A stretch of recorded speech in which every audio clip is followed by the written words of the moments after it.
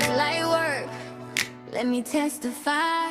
It's gonna be the year that I break every cycle. Let me testify, right hand on the Bible. I was tripping, chasing every empty title. Now I'm locked in, living like a walking Bible. He ain't failed me. So there's a kind of grief that nobody really prepares you for. It's not the breakup grief after we've been dating someone for years. It's not the grief that we feel after we lose someone that we love. It's the we still see each other every day or every other day or whatever it may be, but we're not the same. That type of grief. At some point in time in your life, you look around and you realize some of the people you grew up with don't quite fit into who you're becoming. And what makes that hard is nothing dramatic necessarily had to happen. There wasn't a betrayal. There was no big blow up. It was just distance. It was this shift. It was this silence. It was this growth that was taking place. And when you start asking questions you don't always say out loud, such as, am I changing too much? Am I being disloyal? Or am I just outgrowing something I don't know how to grieve? A lot of us begin to carry that, and it shows up for us. This is going to happen potentially with the people we love, the people we grew up with, people who know versions of us we don't even live in anymore. And the hardest part is, again, it wasn't this fallout. You just kind of grew out. This is the YesWork podcast, and we are your hosts. I'm Lady B. I am Dr. DQ. And I am Dr. Blaire. First of all, I'm so excited because this is the first episode of season 2. Welcome back, ladies. Yes. Welcome back. Welcome back. Welcome back. And I think it's so fitting to start this first episode of season 2 on the topic of friendships. Yeah. I'm really excited for this one because I think that this is one of those conversations where God meets us right in the middle of something we usually try to avoid. We talk a lot about healing. We talk a lot about obedience and alignment, but we don't always talk about what happens when your alignment starts to shift some of those relationships. And I'm gonna let that sit because some of y'all might be, I had to kind of shift in my Okay, seat let it settle. a Let it little settle. bit. I need to sit with you a little bit because maybe y'all didn't hear it clearly that something we don't always talk about is what happens when your alignment, so the direction that you going in life, the path, the journey, everything that you take, it can actually shift your own relationships. And I want to say this, up front, nothing about this conversation today is about making others your enemy. We're not talking about that. This is about being honest about what growth can actually do to your connections that you've had with people, either in your past or the connections that you have with people today. Because sometimes God He's not just changing you, right? He's also changing what fits around you. And that's where we're going today. So if this sounds like something that you are interested in, go ahead, like, share, and subscribe. And let's get into it. Let's get into it. So, here's what's actually happening when friendships start to shift. So, we know that friendships don't always break. Sometimes they change, they evolve. They stop fitting into the mold that they kind of grew into, that they grew to become. And what's confusing is that honestly, you can still love someone deeply, you can still care about them, you can still have those fond memories, but it just still doesn't fit in the current season of your life or even their life. So we tend to get caught up in this loop where when we see our friendships evolving and changing, sometimes it becomes a question of our loyalty. So are we outgrowing people? Should I stay the same so I don't lose the people I love? Because sometimes real good, true friends are really hard to find. So what's actually happening possibly is that loyalty is negotiating with alignment and sometimes even with purpose. So your loyalty will encourage you to stay, be the same, but alignment is telling you to grow. And we internalize that tension sometimes as guilt because we see things changing, we see things evolving, and where we are with that friend just feels so good and it feels so comfortable that sometimes you're just kind of wondering, like, what's wrong with me? Like, what's wrong? What's happening that this friendship is changing? So, we're going to talk a little bit about loyalty versus alignment, love versus access, and let's get into that discussion today. I want to even just acknowledge, Dr. DQ, what you said as far as comfort, because I think we will all get caught up in doing things in a routine and having a habit or whatever it may be because it's comfortable. And so when we start doing things that are different, we don't like switching up routine. I mean, some people do. Some people are really spontaneous. I'm not one of those people. I Mhm. like a good pattern. And we will get caught up in that level of like, well, this is just what I do, and this is just what we do. And Mhm. there eventually will come this moment where like, this ain't as fun as it used to be. Or I think about even me just going out to the club, y'all. Let me tell Mm. you how, if someone were to ask me today, I'd be like, I would have to take a nap. I wouldn't know what to wear. My closet ain't Mhm. even situated for that no more. I'd have to go deep back into like, I got to go into some bins. It's just, but at one point in time, I may have not necessarily enjoyed going out, but I did it because, like, that's what we did. In grad school, that's what we did. We went out. I partied more in grad school than I did in I was undergrad. I was like, "You outside. didn't enjoy that?" Oh, no, I enjoyed it then. Now, I had a good time then. I had a good Okay. time then. But when I went to when I moved to North Carolina, there got to a point where I was like, I'm tired. I don't really Uh-huh. want to do this no more. But it was comfort. I was like, well, this is what I do. Mm. So it's important that we think about like what we do in those moments when we realize like things aren't the same anymore, or I don't talk to this person the same. I don't interact with this person the same. And so there's this realization that we're grieving to a certain degree a version of ourselves that those friendships were built around. They were built around, me going outside. And again, it doesn't necessarily have to be that outside era. It could have been it was built around because I was a student. And so I had, Mhm. an intellectual or an academic crew. We all got different types of people. Mhm. Even I think about sorority life. Like when I first crossed to where I Yeah. am now, she different. She is different. So Right. there's a grieving there that takes place, again, maybe even around the relationships, but just around the version of you that's different. So when we grow, it exposes something that is uncomfortable. And not everyone is really supposed to come with us in the same way that they knew us. But it's kind of like that holding on, like a leech, right? We hold on to it. So think about how many of us grew up with neighborhood friends that were everything, all the things. That was our identity. I got a friend, y'all, that I've since second grade. Shout out. Love you, Sasha. Right? Yes. Yes. My matron of honor, I think I don't know what she was. I think she was a matron of honor. Yes. She was. We in different cities now. We got different careers. We're in different spaces as far as our spiritual journey and all those things. So like what do we do with that? As I'm growing in my faith and even family dynamics, right? I feel like, having kids and then you got the friends that don't have no kids or the friends that are single and you married, even group chats. Like, let's be honest, some of y'all are in these group chats and you haven't emotionally been in it for 2 years, but you still respond or you do the little heart or you just in there, you engaging. We talk about that actually in the next Sweet. couple of episodes. Wait, Girl, first no. They got that group chat on mute. Okay, they Oh, ain't they ain't got notification in a couple of years. that's real. I got some group chats. I don't I look and I just put it down because I don't have the capacity to shift. So even I think about family friends, right? Aunties, cousins, church relationships. We were raised in environments where loyalty sometimes really outweighed that alignment piece. So we stay Mhm. connected out of what feels like obligation or loyalty, and it's not an actual connection. So I want to give opportunity for us to like reflect on that and think about if you've ever outgrown someone. Again, wasn't no conflict, wasn't no fight, but you felt a difference and maybe you even grieved a little bit as far as the relationship. I gotta have Lady B answer first because she back here. If y'all could see us, she giggling. She got her coffee mug in her hand. She leaned back when I Mhm. said that. She done took a sip.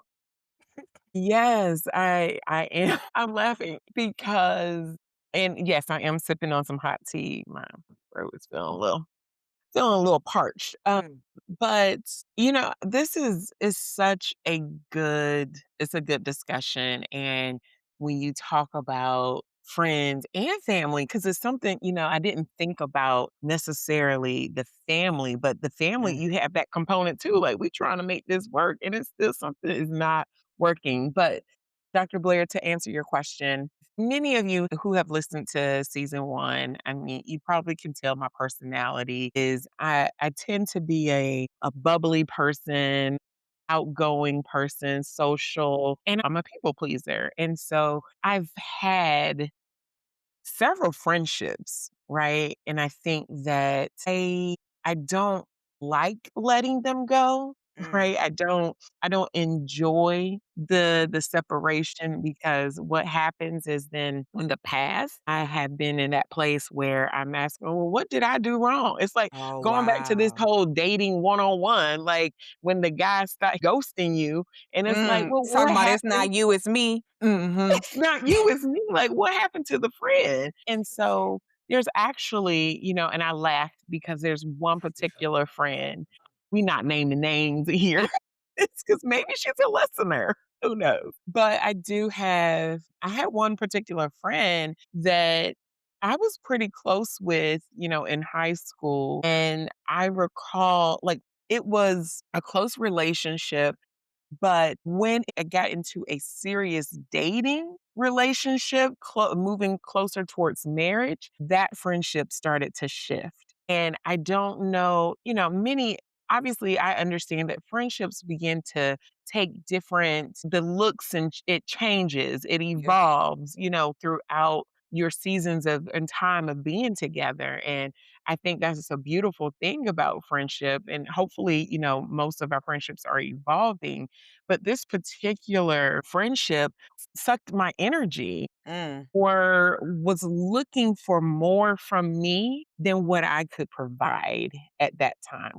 And I tried to be a very balanced person and I tried to like, okay, I got this new man over here. Let me do this dating and get to know, but I also, yes, I want to also check on my friends and we all have been in that situation. We know that that's hard, right? That it becomes hard to balance that out. But yeah, I have encountered that. However, I've also been on the flip side of having Dr. DQ as a friend for many, many years. Yeah. I don't even know how many years it's been now. Girl, back to middle school somewhere. I don't know. Yeah. Somewhere. So and I would say that even our friendship has evolved or changed over Mhm. time, right? It changes as, again, with marriage, with dating, moving across different states. We were used to being together at one point in the state of North Carolina, and then I took off and moved to Iowa, right? And so Mm. those dynamics really do impact your relationship long term. So, yeah, that's what I'll say about that. I have another thought, but I'll add that later. I just want to say, because I think I said it in the first season, this is what I'm talking about as far as loyal friends, because don't nobody want to move to Michigan. You know what I'm saying? Yeah, I Girl. check your friends, do a friend audit. If your friends ain't willing to move to the Midwest for you, are they good friends? It's just something to think about. The looks these girls are giving me, oh my goodness. I just I wanted to came to put it out visit. there. Oh, I yeah, came to visit. visit. Yeah, absolutely. I'm used to being in states where they shut down for a foot of snow. Snow. That's Mm, not gonna ain't that happen. the truth? That's not gonna happen up there. No. Did you have something to add, Dr. DQ? Yeah, so I have had one particular friendship I'm thinking about that has changed. And it changed because, in my opinion, I was doing all of the reaching out. Like Lady B said, I was putting more into it than what I was getting. And so, for example, I would text. I would call, go to voicemail, no answer, no text back, no return a call, but you're posting on Facebook. So you have time. You Mm, have the tools, but it's not I'm not a priority. Okay. And then I'm taking my friend, she actually had moved out of state, which is fine. That's great. Clearly, I'm not talking about Lady B, I'm talking about somebody else, but clearly out of state don't make a difference. Friends are friends. But she moved out of state and her mother was still here in North Carolina and going through some health things. And I'm taking my family, my husband, and my newborn to go visit your mom. So I'm invested. Like, I'm your girl, I'm your friend. Like, what do you need? And it just was not reciprocated. So I said, okay. I stopped reaching out and I just wished her well in my mind because we never really talked about it. We just kind of fell off with communication. But there was a grieving period. The next birthday that I had, she actually texted me, and I was so bothered, and I was sitting next to another friend. She was like, "Just text her thank you, cause she wished you had." Like, I was frustrated and flustered that my other friend that was with me had to remind me to be polite. Mm. So, it was a grieving process, it Yeah. was. And so I think that's just where it's been for a few years now. So, yeah, it's a process, it takes time. Can I just I like Dr. DQ said something that I think triggered me a little bit because that whole part, I need closure, right? Mm. Like, I'm one of those Mm. people that need the closure. And when you have someone like a friend, especially a friend that you, because this friend that you're talking about, Dr. DQ, sounds like this was a very close relationship, Amen. intimate relationship where Mhm. you were close to even their side, their personal family, right? Yes. And so it bothers me honestly when you put so much, you invest so much of your time and your energy. I'm okay with moving on. I am, but I need that closure. Ooh. And I feel like that is what gives you that icky feeling. That's what gives you that feeling as an adult that's like, it's hard to make friends. I don't want to make friends because you don't want to be hurt Mhm. anymore because you need that closure. And we don't get it. And I guess it's because we're not mature enough, like some of us, to just come and speak and just say what's on your mind because Mm. the one friend that I was just speaking about, I've reached out, still been praying about, like I still want to reach out because I still have love for that person, right? And that doesn't go away. So for me, then I question, well, where was I for you? Where did I fall in Mm. line for you? So Again, I'm that's that sorry, that level of just maturity that Lady B has, and I ain't there yet, cause she ain't got no more of my time, and here Lady B is texting this person that she was friends with over 2 decades ago. I No, still think about and her. look, the person that I'm talking about, she's texting me, like, in one of them group texts, right? One of them group texts. One of them group texts, like, "That's when we used to hang out." I can't do it. So bless Lady B, I'll get there. Y'all know it's a journey for me. I tell y'all all the time. No, I'm We not all sending on, her yes. no text message. We are No. all on a journey. I I want to love hit it. on the piece, Lady B, that you talked about as far as closure, because that is something that I probably within like the past 5 years have really have had to grapple with in the sense of we're not always going to get that. It's similar to like when you want somebody to apologize because you know that they did wrong, but we're still called to forgive them even if they don't ask for forgiveness. And Yes, so girl. that closure, and we could not get closure for a number of different reasons, but like I feel like that's where we flood in with that gospel of peace, right? Talking about the armor of God and shod your feet with the gospel of peace in the fact that, this door is closed or this thing has happened because I need you to move this way. I'm in a sense, Mm. God is pushing us in this way, right? So it's not Yeah. for us to hold on and say, what did I do or what happened or shoulda, coulda, woulda, didn't, right? Because we could even go into the part around how our inner voice will impact how we even think about that situation. Even how amazing you are, Lady B, to be like, well, what did I do to maybe contribute, right? That's like a critical voice. Mm. Like it's on me. I'm taking too much responsibility that this That part. thing Mhm. was because of something I said, or, I could have done more. I could have, right? As opposed Nope. to this objective voice that says, maybe I could have done more. I know you could have done more too. And this is where we are. It doesn't help me to sit in any type of judgment, either way, on that Right. person or on me. What am I going to do moving forward? Like, what did I get from this? Lord, help me to get what I'm supposed to get from this so I can have that peace, so I can move on. So if they do send a text, I could be like, thank you. Miss you too. Let me know when No. you wanna link See, up because 'cause I'm right you went too here. far. No, you went too far. I said thank you, and that was it. Ain't no miss you too. No, no. Okay. I didn't need closure. Her not responding to my text was the closure. So if we need to have a conversation, that's fine. But no, no, mm-mm. Because the other part of it too is that I'm not going back. Mm, that's I'm good. not going back. That's We good. can converse about it and have a conversation, but without acknowledging and having that conversation, I'm not going to set myself up to go back. So, And even going to that maturity piece, right? There's a piece of like, what does going back look like? And I think mhm, there's the beauty of us being able to reflect and say, all right, Lord, in that season, this person served this purpose, or they did this for me, or mhm. Yeah, maybe I was this for them. And now they're past that, or I can only do so. I've done all I can exactly. do. Like, let me move on. But the way that the Dr. DQ said it, that thing landed like a ton of bricks. She Yeah. said what she said. Standing on business. Somebody told me that today. He said, "You just keep standing on business and Come it'll on. all work out." Lord, was he being prophetic for this conversation? And Yes. there it is.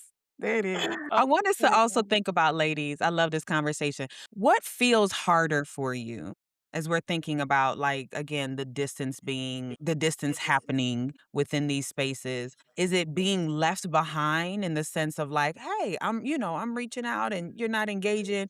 Or Mhm. is it being the one who outgrows? It's you that's like, listeners, if you could see Dr. DQ's face, because she said, I ain't got no problem being the one. It's a No, Heisman. actually, that's harder for me. Ooh. Like, when other people are outgrowing, I feel like I'm not keeping up, which could then Mm. feel like a sadness, like a depression. That's where I'm gonna judge Wow. myself. But for me, it's actually harder Mm. to cut other people off because I've wrestled with it. Mm. I have taken my time. I have about 18 examples and reasons about why, but even still taking that machete to sever a relationship, girl, She I'm a said Cancer, okay? machete. Run that Because at back. that point, there's no in between, there's no gray. I Yeah. love you, it's all love, Yeah. but it takes a long time, and it's harder for me to cut people off because I don't like conflict. Mhm. I really don't. And I feel like taking the step to cut someone off or to distance myself requires, to Lady B's point, it requires some sort of communication. And I am uncomfortable. I don't like initiating that type of communication. So for Ooh. me, that's harder.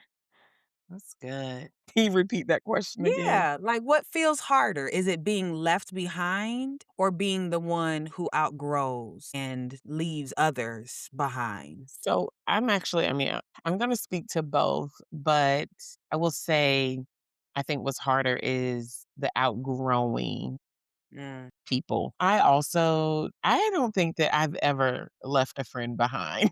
And if I did, and you're No listening, person left behind.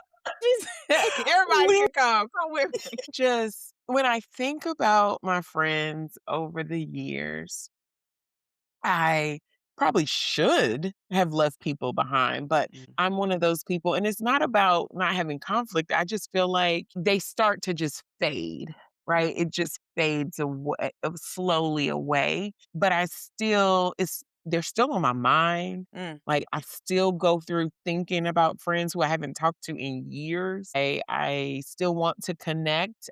When I talk to them on the phone, like, I genuinely care. So I don't feel like I've ever been the person to, like, want to do that. However, I can say, as a woman of faith and on my journey, this feels a lot different.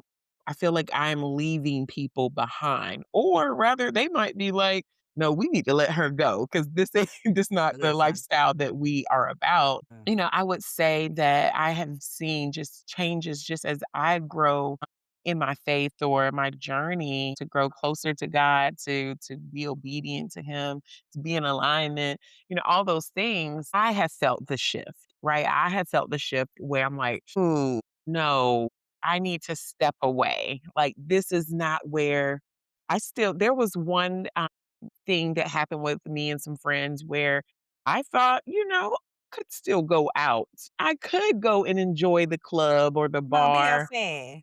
and be outside and have a good time, right? Because in my heart of hearts, like, I still like to have fun. I like Yes. to dance, That right? I old you, still that old version of you. Yes, that be outside. old version of me. And when I was in that space, listeners, I will tell you, God spoke so clearly and said, "No, no, B, this ain't you. No,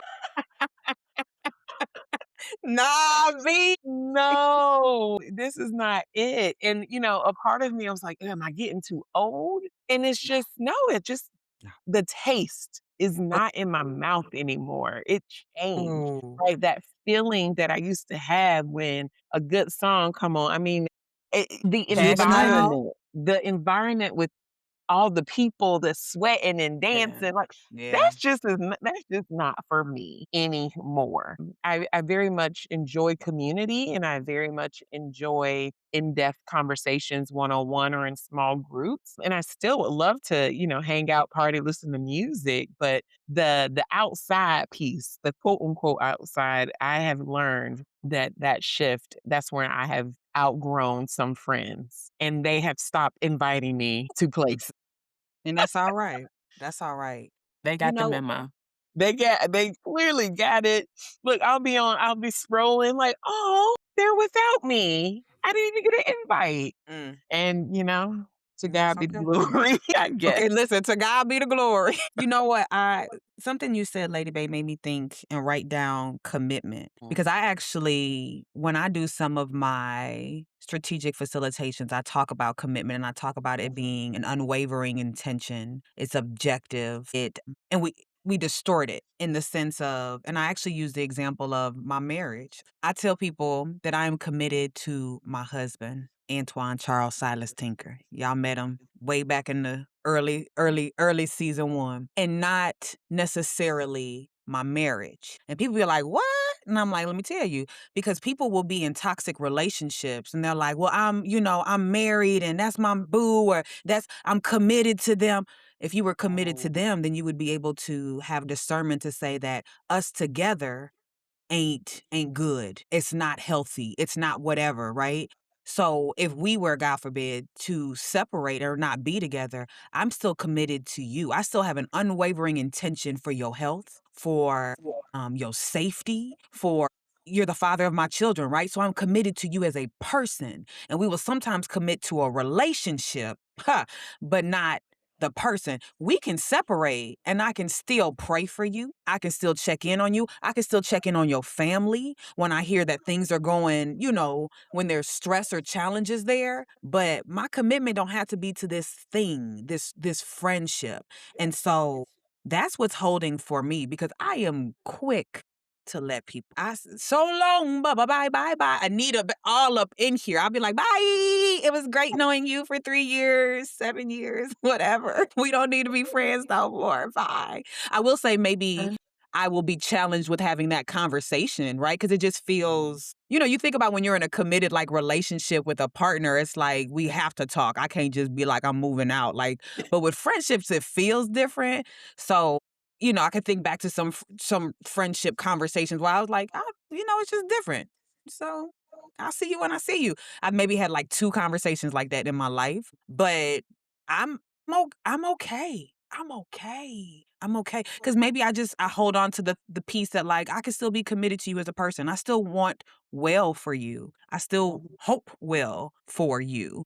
Yeah, you still gonna cheer from the background, cheer from the Yeah. sidelines. Fist bump all day. All day. So I love this conversation, y'all, because we're noticing that friendships shift after major life transitions, moving out of states, marriage, kids, healing, spiritual growth, when our knees don't do like they used to do no more, all the things when we okay, that's That's what it real. was. That's I what it can't I can't drop it anymore. So they was like, "Girl, cut Can't her." drop down and get your eagle on, can you? Can do No, that. ain't no eagle.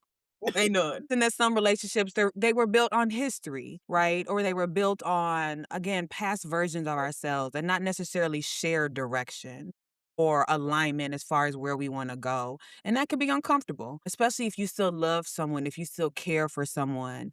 but don't have that connection as you used to in the past. So that's a part of our work, right? As we think about where we're growing in our faith and what we're doing, that's a part of our work. How do we reconcile that? How do we work towards building group and friends that are going to be in on one accord with us, right? And that are going to walk with us, that are in the same direction, even just for a season, because this is likely going to happen again and again and again. You know what? There was something I used to, I don't recall if it was Dr. Blair or Dr. DQ that said it, but the phrase "we stay connected out of obligation," that really sits with me because I start to think about how often we're confusing this loyalty piece that we have to friends versus responsibility, our responsibility to ourselves. And I think while of course friendships and relationships they matter, but there comes a point where we have to ask ourselves the hard question, am I still nurturing this relationship because there's a genuine, like, connection there?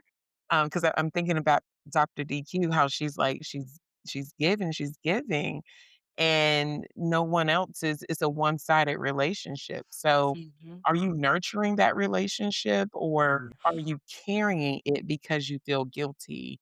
And sometimes we do. I think we do carry these relationships just because we feel guilty because I know this person for 10, 20 years. Mhm. We had our babies together with you supposed to be the auntie of my Yes. child, the ETT. godparents.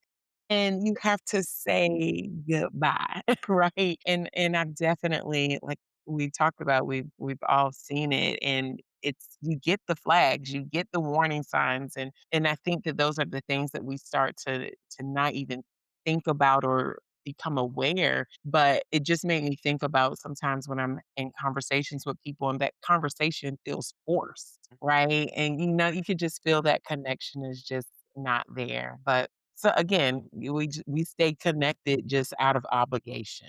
When we are looking specifically scripture, I personally I don't see God preserving every single relationship. We don't see that in the Bible where he's preserving all the friendships, all the relationships. We see God stewarding the relationships for a Mhm. purpose. They have a purpose. There were people who walked with Jesus for a season, right? And then they moved into various directions. And there were seasons where Paul, in the Bible, he was partnered up with certain people as well. And then later, he continued on his journey without them. So there you see, it's clear and evident in the Bible, that you're going to be in those relationships and walk with people for a cause, for a certain reason, for a Mm. certain purpose that God has ordained. And that relationship is not always expected to be the same. But what will remain is the obedience, is Amen. being in alignment. And I think that that's important because sometimes we assume growth means holding on to everything, right? Holding on to those relationships, those phone calls, those phone conversations, the besties, the t-shirts and matching things. You're holding on to those memories. But God often grows us by teaching us what we need to let go of. Man. We all heard it that people are here for a season. And you have to honor that because God is really creating and establishing you as a new creature in Him, as a new disciple, as you continue to grow closer to Him. He will, like I said earlier, He will take that taste out of your mouth. And I Yes. think some of us are, we are grieving friendships. We are grieving even if it's relationships in your own families, because we are trying to force something to stay alive that God never asked us to carry into the next season of our life. And it's not because the person's bad, right? We haven't, well, I don't know, Dr. DQ, about your person, but No, she ain't bad. Girl, bye, keep that in there. She ain't bad. Oh, you're worthy. So, not because the person is bad, but and it's not because you're better or you're better Mhm. than that person. And it's not because you've outgrown them, but it's because growth will change things. Time changes things. People change.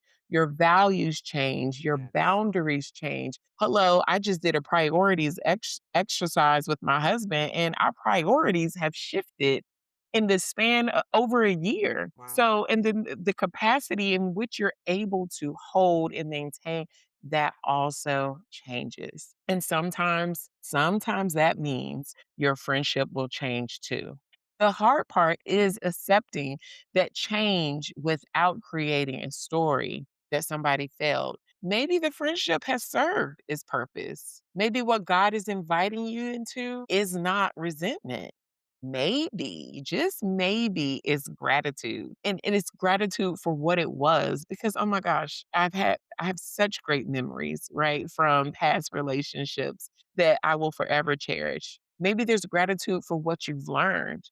We've all learned what to do, what not to do from past relationships. Or it could be gratitude for what the relationship gave you. And enough trust in God to believe that releasing access is not the same thing as dishonoring that relationship. So I'm just going to say that, today maybe God's invitation is not to hold tighter, right? It's okay. Let that grip hold, let it Mm. loosen up a little bit. Got that baby Maybe grip. You know when the baby used to hold on that to you? baby, they hold on to that finger. Maybe you're holding on to this relationship, this Mhm. friendship that you feel obligated to, but it's okay to just to stop carrying the guilt for a friendship that has changed, that has Mm. evolved. It was to bless you. Mhm. It was to bless what that relationship was. You can also honor what it was and to trust God for what's next. He will send you new friends. He will send you new relationships. He will put you in a place where you are pouring into other people. Like I can give a whole testimony, but we're not going to do that. We're going to say that for another time. But every friendship is not meant to last forever in the same form. So I want everyone just to keep that as a reminder. I can tell you, like, I've been friends with these ladies for years and it has evolved. It has changed. We have had many phone calls. We went without talking. And still the love hasn't changed and the commitment to one another hasn't changed, but it will continue to take different forms. And every friendship can still have its value. And, I just wanna add, Lady B, to that potentially through your transition as far as friendships are concerned, maybe God is revealing to you what a good friend looks like and what a good friend is. I think about even just my conversations with my children, and I'll ask them, like, "What's a good friend? You calling this person your best friend, what does that mean?" You have to experience friendships in order to have an understanding of what a good friend looks like, what you are and who you are as a good friend. So that's a piece of kind of figuring out where you might be right now. If this conversation has really been tugging at you, you may be wondering if you're grieving the friendship, if you're grieving who you were in the friendship, if you're just grieving just being outside, because maybe you got a newborn in your lap right now while you're listening to this podcast and you're like, I just want to go back to the old me. I want to be.